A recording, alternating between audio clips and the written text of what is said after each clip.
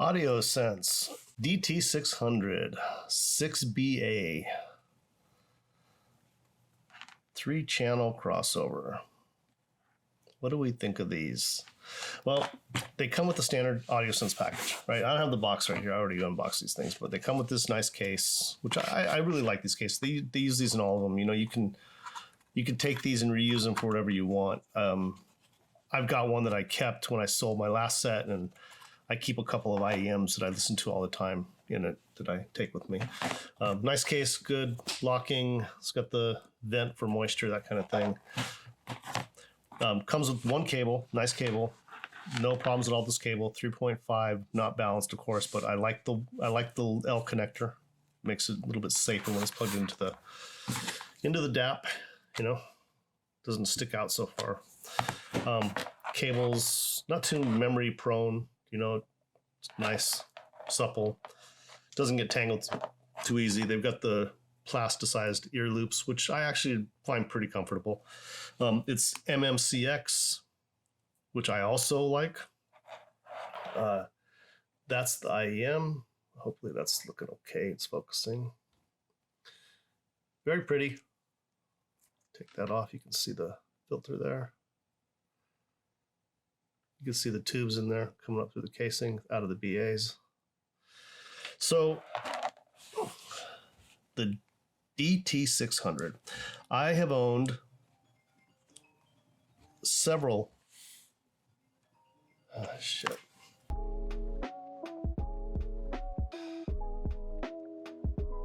So DT600. So I have been an Audiosense fan since I think it was the 800 was the first one I owned, and Q something, the last one I owned, Q4 or whatever it was, I'm not sure. I really liked Audiosense products, and the reason I like them is, number one, they give you great accessories. I always get 2 cables, which I didn't on these. That's fine though. These are a little less expensive. Got the nice case, cables usually, big assortment of tips. Very comfortable, very light, very comfortable. No problems with fitting in my ear at all. Stays in place, easy to adjust, easy to forget they're there, kind of thing. As you can see, very beautiful. The thing that I always liked in the previous models, it's what kind of, it made me not hesitant to buy these at all, I should say. In fact, when I saw them, I was like, oh, I'm going to get those, a new version of Audiosense, because I mean, I've always liked the Audiosense product because their tuning was pretty special in like the 800, right? The tuning, the timbre, the 3D realism was very, very good. Some of the best that I've heard. You know, everybody has the thing that they like, and when they find that thing, they start looking for it in new equipment that they're going to get, audio equipment, that is. I really like a 3-dimensional, realistic texture in the music. So when someone's hitting piano keys, it really sounds like the piano's right there in front of me. I know what that sounds like, right? My dad played piano all my growing up years. I got a piano like 5 feet away from me right here. Someone hits a piano key, I know if it sounds realistic or if it sounds like I'm listening to a recording. You know, I love it when I have an audio product that kind of, let's say, gets out of the way and makes me feel like I'm just right there listening to the music, because everything sounds so 3D and realistic. Now, you know, you got to pay for that. And these are $248. And I would say that's not much to pay to get that, right? In fact, I would expect to pay a lot more to get that. But in their previous products, I got that in the upper frequencies, right? Well, the thing that the other versions of Audiosense were missing, and the reason I would at some point move on to something else, is they didn't have great bass. And in the first one, it just wasn't there. It was, you could hear the bass, but it wasn't impactful.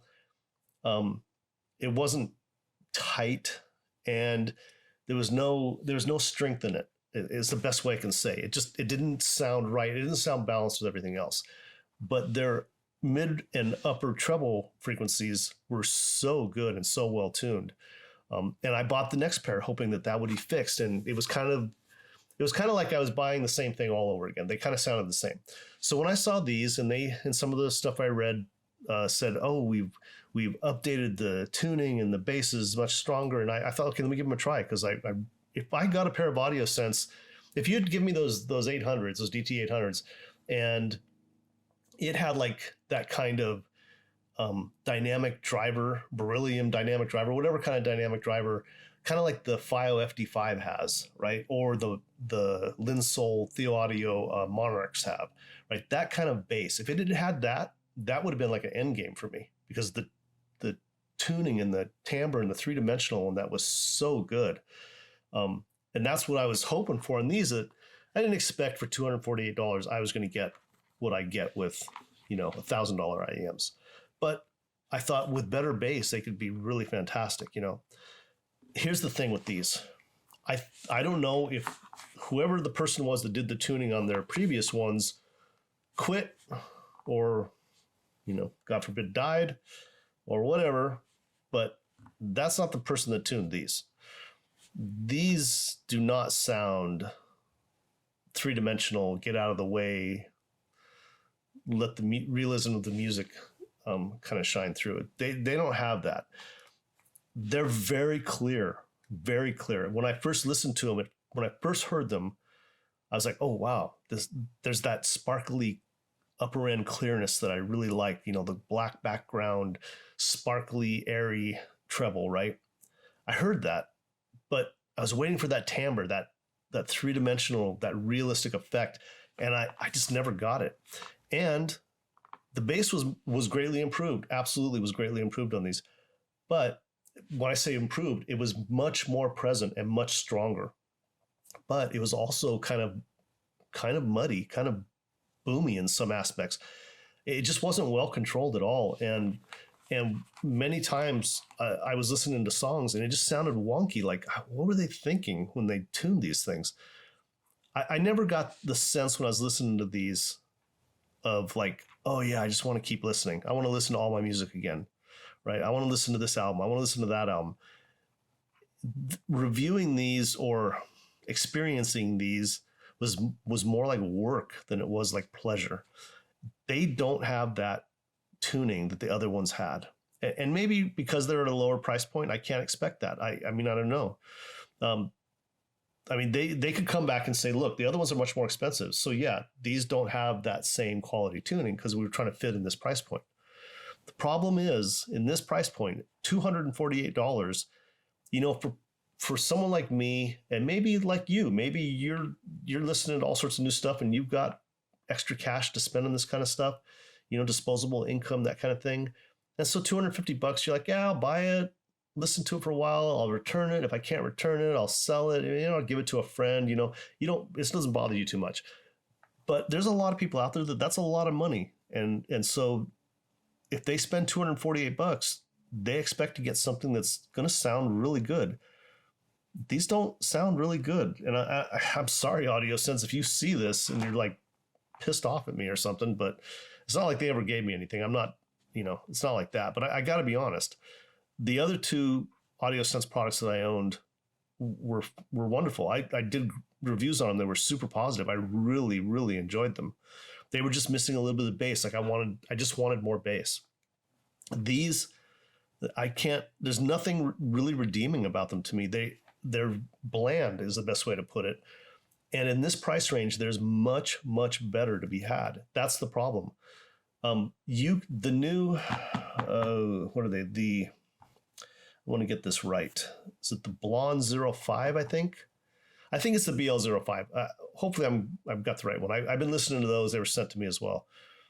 And those, for my money, are much more enjoyable than these. And those are like half the price of these.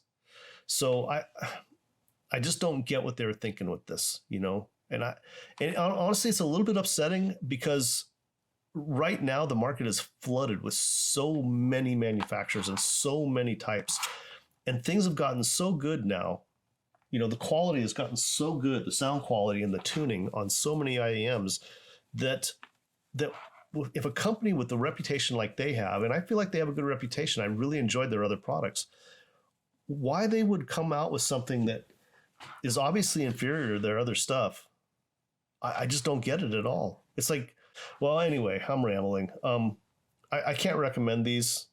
They sound okay. They sound very clear. And when you first listen to them, you're like, oh, this could be something special. But then right away, when you start listening to your assortment of music that you have, you start to see lots of gaps and problems.